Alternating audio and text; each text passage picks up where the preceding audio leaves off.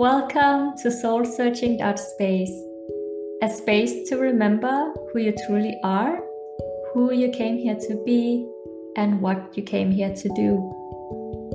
To be crystal clear, going from black and white thinking to full color HD, working from the inside out, reclaiming your power, waking up to your inherent wholeness, aligning soul, heart, mind, and body.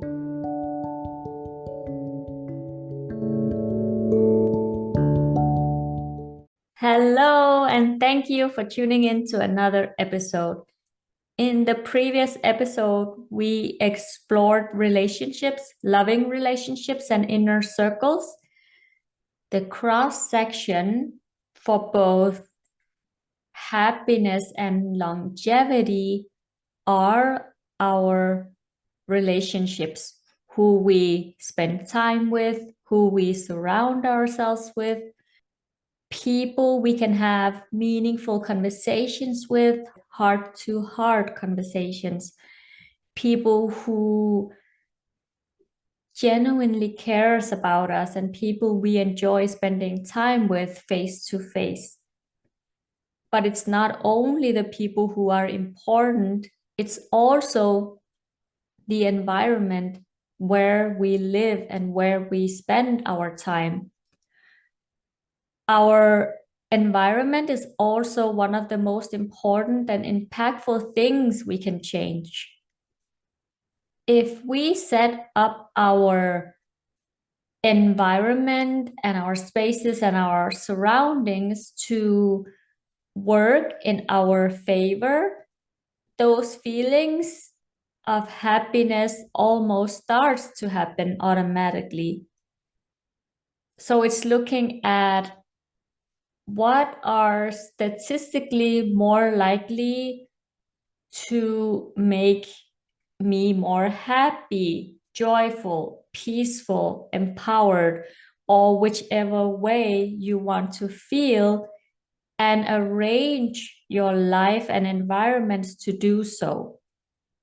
This is really about being aware of where you thrive, where you feel on top of the world, and to figure out how to spend most time in those spaces, in those environments, in those surroundings. So each environment, each space, each surrounding has its own frequency or its own energy. Remember that everything is energy. Every space gives off a different feeling, a different kind of energy. So I want you to think about a very loud space and notice how you feel.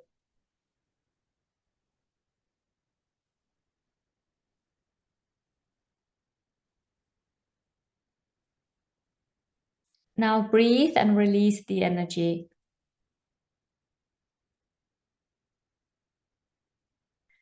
And then think of a quiet space and notice how you feel.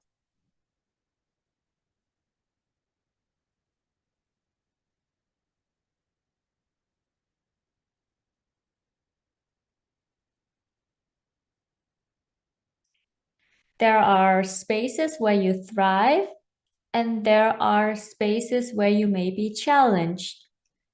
Maybe you are unclear of the different energies because sometimes we use our spaces for multiple purposes and multiple things that we do. So we end up confusing the energy of that space. For instance, at one point in your life, you may have lived in a one-bedroom apartment with just a bed and no other furniture for whichever reason. So you might have used the bed for everything, for sleeping, eating, reading, calling a friend, watching TV, replying to emails, and so on.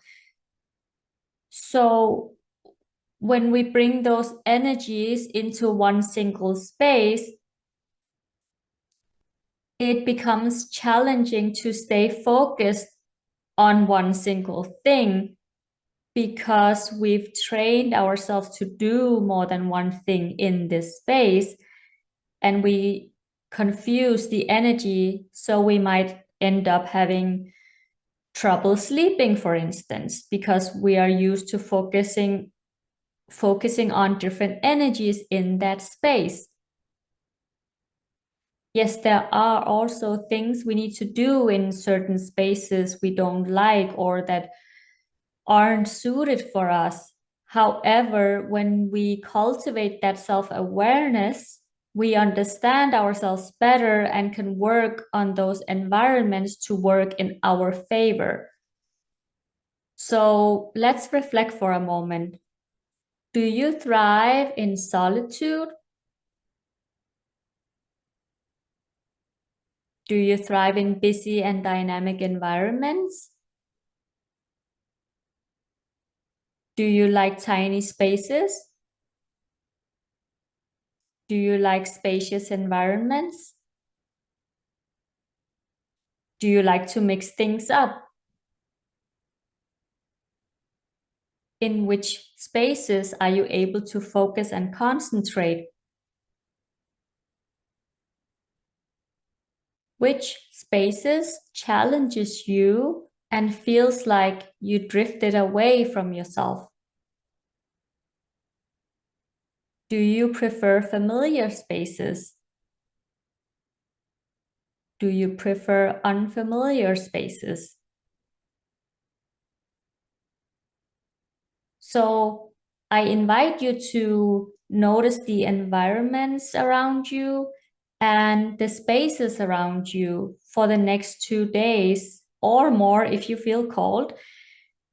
How do you feel when you are in these spaces? Do you feel close to people? Do you feel distant to people? Do you feel relaxed? Do you feel comfortable, uncomfortable, spacious, limited, expansive, drained, uplifted, empowered? What are you doing in that space? Who were you being in that space? And were those aligned? What are some of the things that stand out for you when you are in these different spaces? Also be aware of sounds and how they affect you when you are in these spaces, or any spaces for that matter. Water for me, for instance, has a really soothing effect on me. The ocean, the sound of water, the river, the waterfalls, the rain, anything water has a really soothing effect on me. And also the sound of crisp vegetables from the garden has a soothing effect on me as well. Just to give you some examples to, what kind of sounds has what kind of effect on you. What kind of sounds would you like more of in your life, in your environment, in your space? Did something resonate with you? Who are you going to be and what are you going to do about it? Thank you for being here with me. Thank you for your time and thank you for your presence. I look forward to being with you again. I am sending you so much love, and until next time, may you remember that whichever space you prefer to be in, there is no right or wrong answer. There is just you and how you respond to life.